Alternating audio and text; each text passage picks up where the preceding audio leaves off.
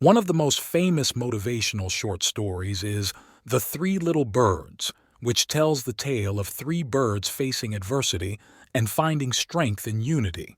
In the story, three birds named Hope, Courage, and Faith encounter a mighty storm that threatens to destroy their home.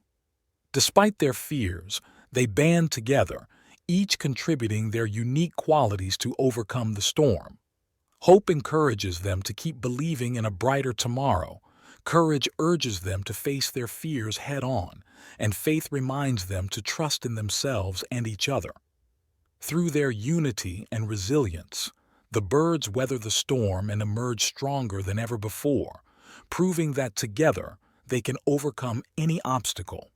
This story resonates with many as it emphasizes the power of hope, courage, and faith in overcoming adversity and achieving success.